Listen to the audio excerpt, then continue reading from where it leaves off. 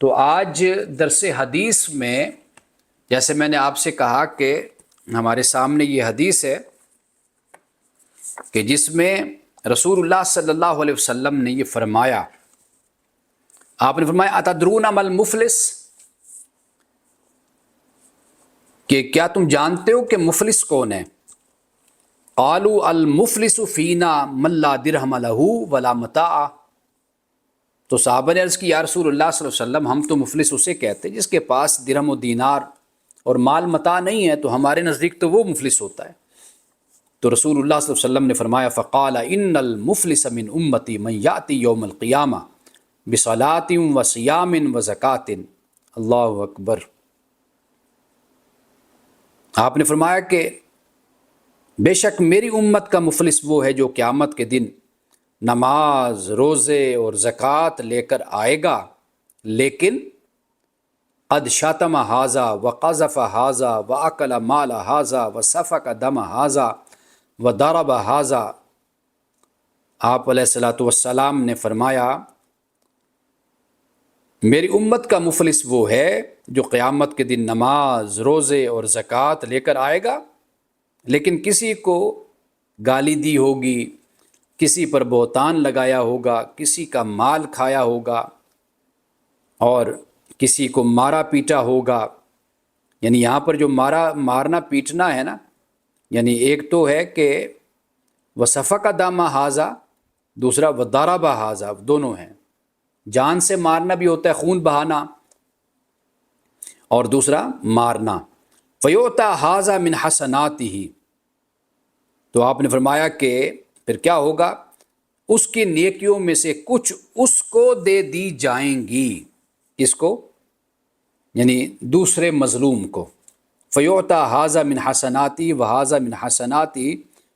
فإن فنیت حسناتہ قبل ان یقضی ما علیہ اخذ من خطایاہم فطرحت علیہ ثم طرح فی النار۔ فرمایا کہ چنانچہ اگر اس کے نیکیاں حساب پورے ہونے سے پہلے ختم ہو گئیں تو ان مظلوموں کے گناہ لے کر اس پر ڈال دیے جائیں گے اور پھر اسے جہنم میں پھینک دیا جائے گا۔ اب یہ دیکھیے کہ پھر اسے اٹھا کر فرمایا کہ اس کو رسول اللہ صلی اللہ علیہ وسلم نے کہ اس کو پھر جہنم میں پھینک دیا جائے گا۔ اب آپ کو یاد ہے نا کہ گزشتہ درس میں ہم نے یہ حدیث پڑھی تھی کہ جس میں رسول اللہ صلی اللہ علیہ وسلم سے یہ عرض کی گئی کہ یا رسول اللہ صلی اللہ علیہ وسلم فلا خاتون ان فلانۃ تقوم اللیل وتصوم النہار، کہ رات کو قیام کرتی ہے، دن کو روزے رکھتی ہے، وتفعل وتصدق، اور بھی کام کرتی رہتی ہے نیکی کے، اور پھر صدقہ خیرات بھی کرتی ہے، وتوزی جیرانہ بلسانیہ، لیکن اس میں ایک یہ خرابی ہے کہ اپنی زبان سے ہمسایوں کو تکلیف دیتی ہے۔ اب ہمسایوں کی جگہ کوئی بھی آپ لگا دیں، یعنی یہاں تو ہمسایوں کا ذکر ہے نا، کیونکہ یہ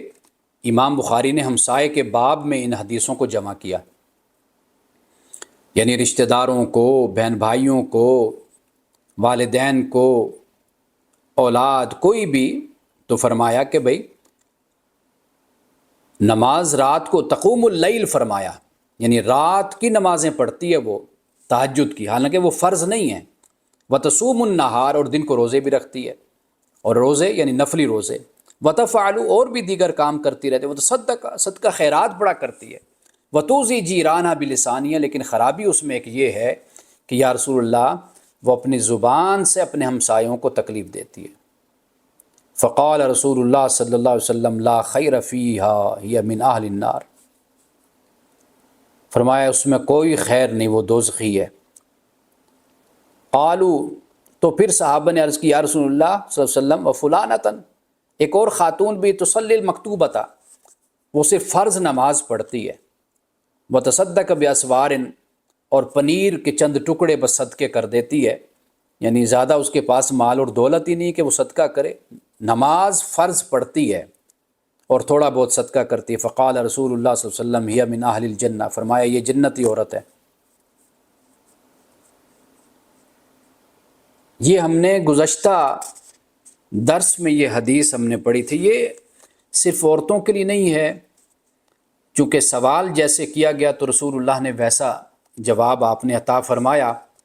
ممکن ہے کہ کسی کی نصیحت کے لیے آپ نے ایسا فرمایا ہو کسی خاتون کی، کہ جیسے ہم عمومی طور پر کسی سے بات کہنا چاہتے ہیں تو ہم نام نہیں لیتے، ہم کہتے ہیں کہ لوگ ایسا کہتے ہیں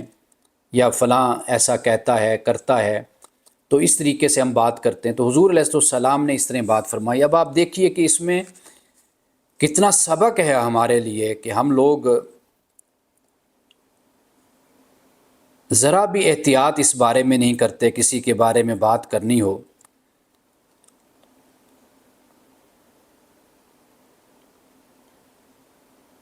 یہاں پہ نماز،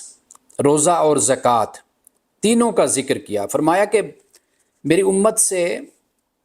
یہ قیامت کے دن بندہ آئے گا، نماز، روزہ اور زکوٰۃ لے کر آئے گا۔ یاتی یوم القیامہ بصلاۃ و صیام و زکوٰۃ، یعنی اس کا ترجمہ یہ بنتا ہے کہ وہ قیامت کے دن نماز، روزہ اور زکوٰۃ وہ لے کر آئے گا اللہ کے پاس، لیکن ساتھ ساتھ اس نے یہ بھی کر رکھا ہوگا، قد شتم ھذا، کسی کو گالی دی ہوگی، وقذف ھذا، کسی پر تہمت بہتان لگایا ہوگا، واکل مال ھذا، کسی کا مال کھایا ہوگا، وسفک دم ھذا، کسی کا خون بہایا ہوگا، وضرب ھذا، کسی کو پیٹا ہوگا، یعنی کسی کی توہین کی ہوگی، فیؤتی ھذا من حسناتی وھذا من حسناتی، تو پھر کیا ہوگا کہ اس کی نیکیوں میں سے کچھ اس کو دے دی جائیں گی، کچھ مظلوم کو۔ اگر پھر بھی معاملہ برابر سرابر نہیں ہوگا تو پھر فَإِنْ فَنِيَتْ حسنات، اس کی نیکیاں اگر ختم ہو جائیں گی تو قبل ان یقضى ما علیہ اخذ من خطایا، تو پھر خطایاہم فطرحت علیہ ثم طرح فی النار، اگر نیکیاں حساب پورا ہونے سے پہلے ختم ہو گئیں تو پھر کیا ہوگا کہ مظلوموں کے گناہ پھر اس پر لاد دیے جائیں گے اور پھر اس کو جہنم میں پھینک دیا جائے گا۔ اب اس کے بعد یہ حدیث ہے کہ حضور علیہ السلام نے فرمایا، حضرت ابو ہریرہ سے روایت ہے کہ ان رسول اللہ صلی اللہ علیہ وسلم قال لا يدخل الجنت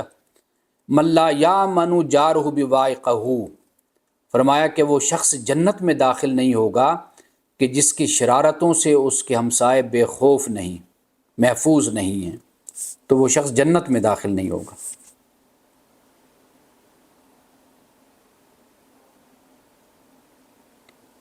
باب لا تحقرن جارۃ لجارتها ولو فرسن شاۃ، فرمایا کوئی پڑوسن اپنی پڑوسن کے ہدیے کو حقیر نہ سمجھے، خواہ وہ بکری کا کھر ہی ہو، یعنی کوئی معمولی سی چیز اگر کوئی ہمسائی کو بھیجتی ہے تو فرمایا کہ اس کو تم حقیر نہ سمجھو۔ رسول اللہ صلی اللہ علیہ وسلم نے فرمایا کہ اے مومن عورتوں، یا نساء المومنات، لا تحقرن امرأۃ منکن لجارتها ولو قراع شاۃ محرک، تو فرمایا کہ تم میں سے کوئی عورت اپنی پڑوسن کے لیے ہدیے کو حقیر نہ سمجھے، خواہ وہ بکری کا جلا ہوا پایا ہی کیوں نہ ہو، تو حقیر نہ سمجھو۔ حضرت ابو ہریرہ رضی اللہ تعالیٰ عنہ سے روایت ہے کہ نبی اکرم صلی اللہ علیہ وسلم نے فرمایا کہ یہ بھی وہی حدیث ہے اور اس کی روایت دوسری ہے کہ لا تحقرن جارۃ لجارتها ولو فرسن شاۃ، اور اب ہمسائے نے شکایت رسول اللہ صلی اللہ علیہ وسلم کی خدمت میں ایک صحابی حاضر ہوئے، اپنے ہمسائے کی شکایت کی۔ باب و شکایت الجاری، حضرت ابو ہریرہ رضی اللہ تعالیٰ عنہ روایت کرتے ہیں کہ ایک شخص نے عرض کی، یا رسول اللہ صلی اللہ علیہ وسلم ان لی جارن یوزینی، کہ میرا ایک پڑوسی ہے مجھے تکلیف دیتا ہے، اذیت دیتا ہے۔ فقال انطلق فاخرج متاعک الی الطریق، رسول اللہ صلی اللہ علیہ وسلم نے فرمایا کہ جاؤ اور اپنا سامان گھر سے نکال کر راستے پر رکھ دو۔ فانطلق، وہ گیا، فاخرج متاعہ، اور اس نے اپنا سامان نکال کر راستے پر رکھ دیا۔ فاجتمع الناس علیہ، لوگ اس کے پاس آئے، جمع ہوئے۔ فقالوا ما شانک، تو لوگوں نے کہا کہ بھئی کیا مسئلہ ہے کہ آپ نے اپنا سامان نکال کر باہر سڑک پہ رکھ دیا ہے۔ قال لی جار یوزینی، کہا کہ جو میرا ہمسایہ ہے وہ مجھے تکلیف دیتا ہے۔ فذکرت للنبی صلی اللہ علیہ وسلم، تو میں نے یہ بات رسول اللہ صلی اللہ علیہ وسلم سے ذکر کی تو آپ نے مجھے حکم دیا کہ انطلق فاخرج متاعک علی الطریق، کہ جاؤ اور اپنا سامان نکال کر راستے پر رکھ دو۔ فجعلوا یقولون، تو لوگوں نے جب یہ سنا تو لوگوں نے کہا اللہم عنہ، کہ اللہ اس پر لعنت کرے، اللہ مخزہ، فبلغہ، فرمایا کہ اللہ اسے رسوا کرے۔ فاتاہ، جب یہ بات اس ہمسائے تک پہنچی تو فقالا، تو اس نے کہا ارجع الی منزلک، اور اس نے کہا کہ اپنے گھر لوٹ جاؤ، فواللہ لا اوذیک، اللہ کی قسم میں تمہیں کبھی تکلیف نہیں دوں گا۔ یہ پھر اس شخص نے کہا کہ میں تمہیں آئندہ تکلیف نہیں دوں گا۔ رسول اللہ صلی اللہ علیہ وسلم نے کس طرح دانش مندی کے ساتھ اس مسئلے کو حل کیا کہ اگر انسان میں کچھ بھی شعور اور سمجھ اور غیرت اور شرم ہو تو وہ جب یہ دیکھتا ہے کہ بھائی یہ شخص حق پر ہے، میں نے اس کو اذیت دی، میں نے اس کو تکلیف پہنچائی ہے، اور لوگوں کو بھی پتہ چل رہا ہے کہ بھئی میرا سلوک، میرا رویہ جو میں نے اس کے ساتھ اختیار کیا ہے، تو وہ خود ہی پھر توبہ کرتا ہے۔ تو لوگوں نے پھر جب اس کو لعنت ملامت کی، اس کو کہا کہ بھئی یہ تم اتنے بد اخلاق بد مزاج ہو کہ تمہارا ہمسایہ بھی تم سے خوش نہیں ہے، تو وہ پھر اس سے باز آ گیا۔ اس نے کہا کہ بھی اپنا سامان اپنے گھر میں رکھ لو، تو اللہ کی قسم میں اب آئندہ تمہیں تکلیف نہیں دوں گا۔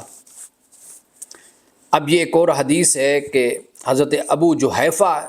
روایت کرتے ہیں، قال شکا رجل الی النبی صلی اللہ علیہ وسلم جارہ، کہ رسول اللہ صلی اللہ علیہ وسلم سے ایک شخص نے اپنے ہمسائے کی شکایت کی،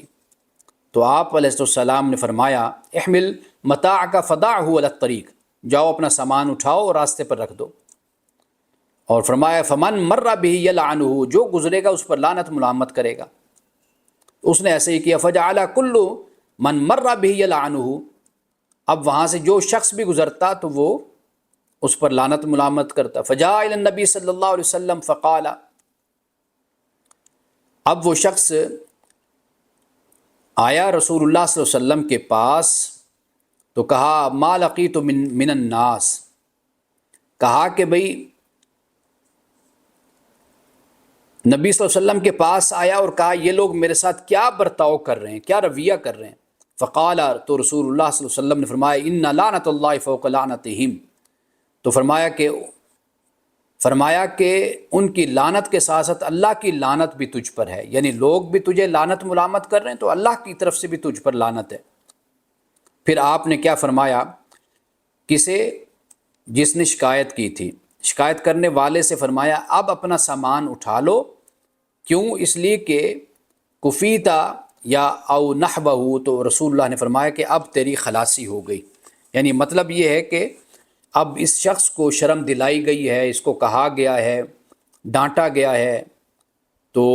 اب یہ شخص تمہارے ساتھ ایسا سلوک نہیں کرے گا۔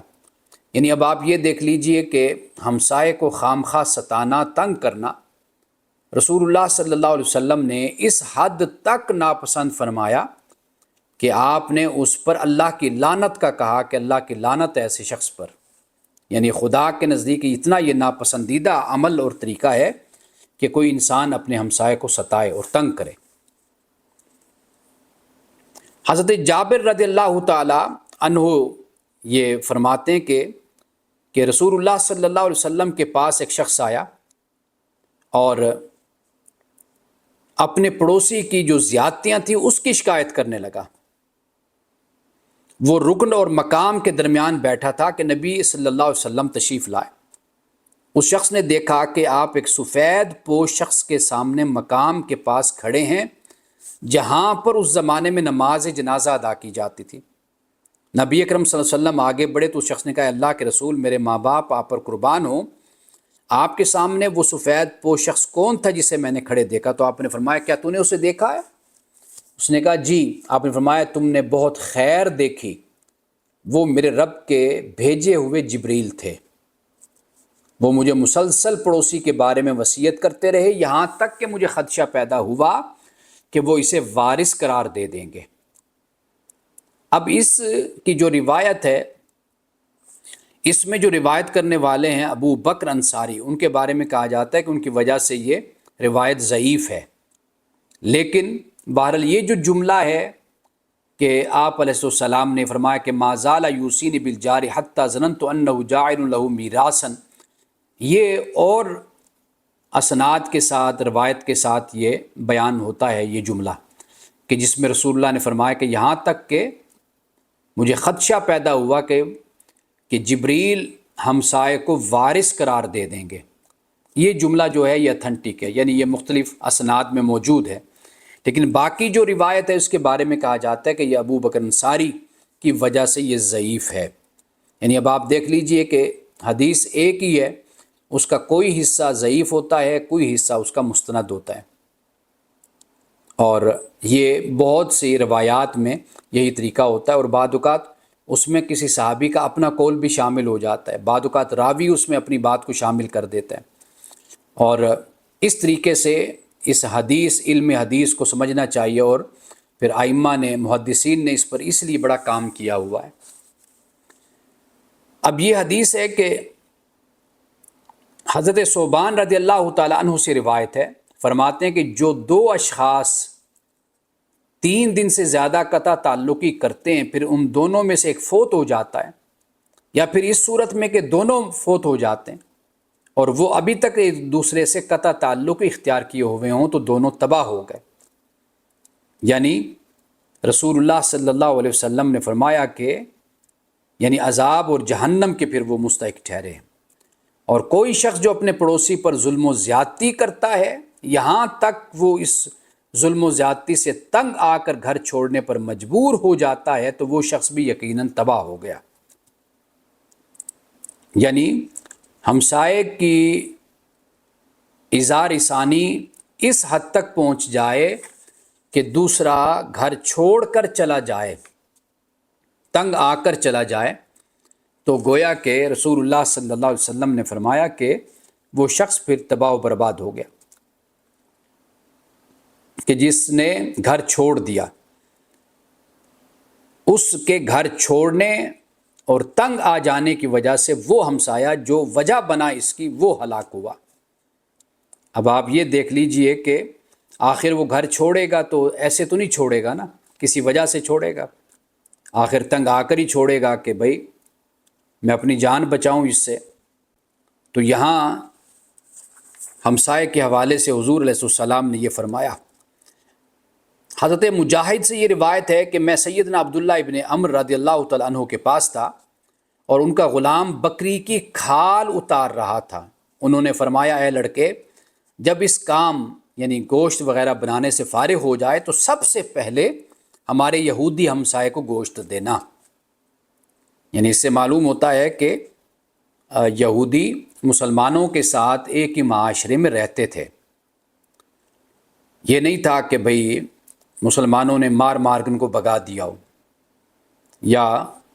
قتل کر دیا ہو، یا مار دیا ہو، نہیں، وہ مسلمانوں کے ساتھ ہی رہتے تھے۔ حاضرین وہاں پر جو لوگ موجود تھے، کسی آدمی نے کہا کہ یہودی کو ہدیہ دلا رہے ہیں، اللہ آپ کی اصلاح کرے،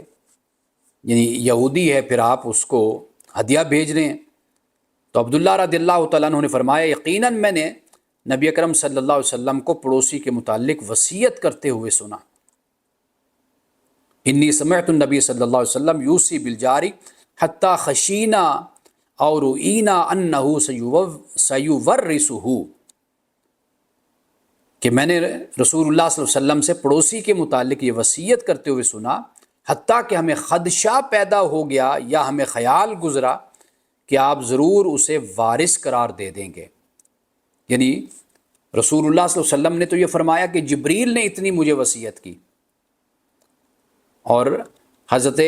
عبداللہ بن عمر کہتے ہیں کہ رسول اللہ نے ہمیں اتنی وصیت کی، اتنی نصیحت فرمائی پڑوسی کے بارے میں، کہ ہم یہ خیال کرنے لگے کہ اس کو وراثت میں شامل کیا جائے گا۔ اور آج کی آخری حدیث بیان کر کے انشاءاللہ پھر اس سے آگے ہم آئندہ درس میں بیان کریں گے۔ حضرت ابو ہریرہ سے یہ روایت ہے کہ رسول اللہ صلی اللہ علیہ وآلہ وسلم سے سوال کیا گیا، ای الناس اکرم، کہ یا رسول اللہ کون لوگ زیادہ عزت اور شرف والے ہیں؟ قال اکرمہم عند اللہ اتقاہم، آپ نے فرمایا اللہ کے ہاں زیادہ عزت والا وہ ہے جو زیادہ پرہیزگار ہے۔ قالوا لیس عن ھذا نسألک، عرض کی یا رسول اللہ ہم اس لحاظ سے آپ سے نہیں سوال کر رہے۔ قال فاکرم الناس یوسف نبی اللہ ابن نبی اللہ ابن خلیل اللہ، کہ حضور علیہ السلام نے فرمایا پھر لوگوں میں سب سے افضل اللہ کے نبی یوسف بن نبی اللہ ابن خلیل اللہ ہیں، یعنی حضرت یوسف ہیں، حضرت یعقوب ہیں اور حضرت اسحاق ہیں، یہ آپ نے فرمایا۔ پھر انہوں نے کہا لیس عن ھذا نسألک، یا رسول اللہ ہم اس بارے میں بھی عرض نہیں کر رہے، ہماری یہ مراد نہیں۔ پھر آپ نے فرمایا کہ اچھا تم عرب کے خاندانوں کے متعلق پوچھنا چاہتے ہو؟ تو عرض کی نعم،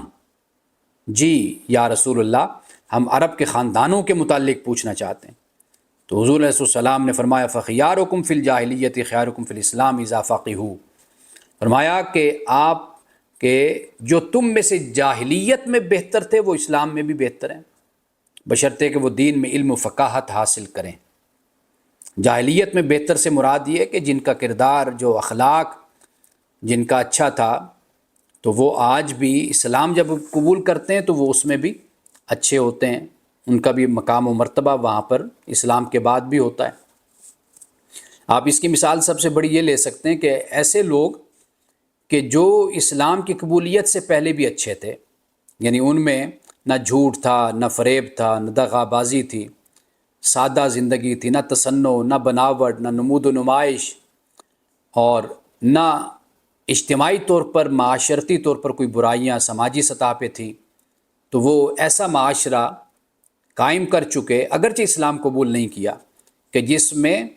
عام طور پر جو انسانی اخلاق سے متعلق باتیں ہیں، یعنی جو انسانیت جن کو اخلاق کہتی ہے،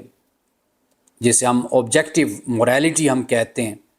انسانیت جب ان پر ایمان رکھتی ہے، ان کو مانتی ہے، ان کو اختیار کرتی ہے، تو جب ایسے معاشرے اجتماعی طور پر قائم ہو جاتے ہیں، تو جب وہ لوگ اسلام قبول کرتے ہیں، آپ دیکھیے کہ وہ اور زیادہ اچھے ہو جاتے ہیں، ان میں اور زیادہ خوبیاں پیدا ہو جاتی ہیں۔ تو یہ اصل بات ہے۔ تو ہم جیسے لوگ جس طرح کا اجتماعی معاشرہ ہم نے قائم کیا ہے، جس میں جھوٹ ہے، فریب ہے، دغابازی ہے، کرپشن ہے، بدعنوانی ہے، گالم گلوچ ہے، غیبت ہے اور بدگمانی ہے، جب ہم نے اس طرح کا معاشرہ قائم کیا تو بے شک ہم کلمہ پڑھ کے پھرتے رہیں تو کہیں سے نظر تو نہیں آئے گا، سوائے اس کے کہ نماز کے وقت نماز پڑھیں گے، اگر پڑھیں گے تو یہ پھر وہی بات ہو جائے گی جو میں نے پہلے آپ کو بیان کر دی، آپ کو آپ علیہ السلام کی حدیث سنا دی کہ قیامت کے دن میری امت میں سے لوگ وہ بھی ہوں گے کہ جو نماز، روزہ، زکوٰۃ لے کر آئیں گے، لیکن پھر اخلاقی خرابیوں میں مبتلا ہوں گے، جس سے انہوں نے اپنی نیکیوں کو خود ضائع کیا ہوگا، اور جو مظلوم ہوں گے ان کو وہ نیکیاں مل جائیں گی۔ تو پھر یہ معاملہ پھر ایسے لوگوں کے ساتھ ہوتا ہے، نہ دنیا میں عزت پائی اور نہ آخرت میں عزت پائی۔ تو رسول اللہ صلی اللہ علیہ وسلم نے یہاں پہ یہ فرمایا کہ جو جاہلیت کے زمانے میں لوگ اچھے تھے تو وہ اسلام میں بھی اچھے ہو گئے، اور پھر مزید کیا معاملہ ہے وہ یہ کہ اذا فاقہ ہو، کہ دین میں علم و فقاہت حاصل کریں۔ یہ بہت ضروری ہے، دین میں علم و فقاہت۔ ہم مسلمانوں کو سب کام کرنے آتے ہیں لیکن علم سیکھنے کا ہم لوگوں میں شوق نہیں ہے۔ عمریں گزر جاتی ہیں ہماری، لیکن علم سے پہلے، یعنی بولنے سے پہلے انسان کے پاس علم کا ہونا بے حد ضروری ہوتا ہے، بولنے سے پہلے۔ تو لہٰذا علم اور فقاہت جو ہے یہ ضرور اس پر توجہ دینی چاہیے، تو اس سے زیادہ پھر انسان کی شخصیت میں نکھار پیدا ہوتا ہے، انسان کو پتہ چلتا ہے حقوق کا، اپنی ذمہ داریوں کا، فرائض کا۔ تو آج یہیں تک رکھتے ہیں، انشاءاللہ تعالیٰ پھر آئندہ درس حدیث میں ہم یہاں سے شروع کریں گے، باب الاحسان الی البر والفاجر، نیک اور بد کے ساتھ حسن سلوک کرنا۔ بارک اللہ لنا ولکم فی القرآن العظیم ونفعنا وإیاکم بالآیات والذکر الحکیم، صدق اللہ العظیم۔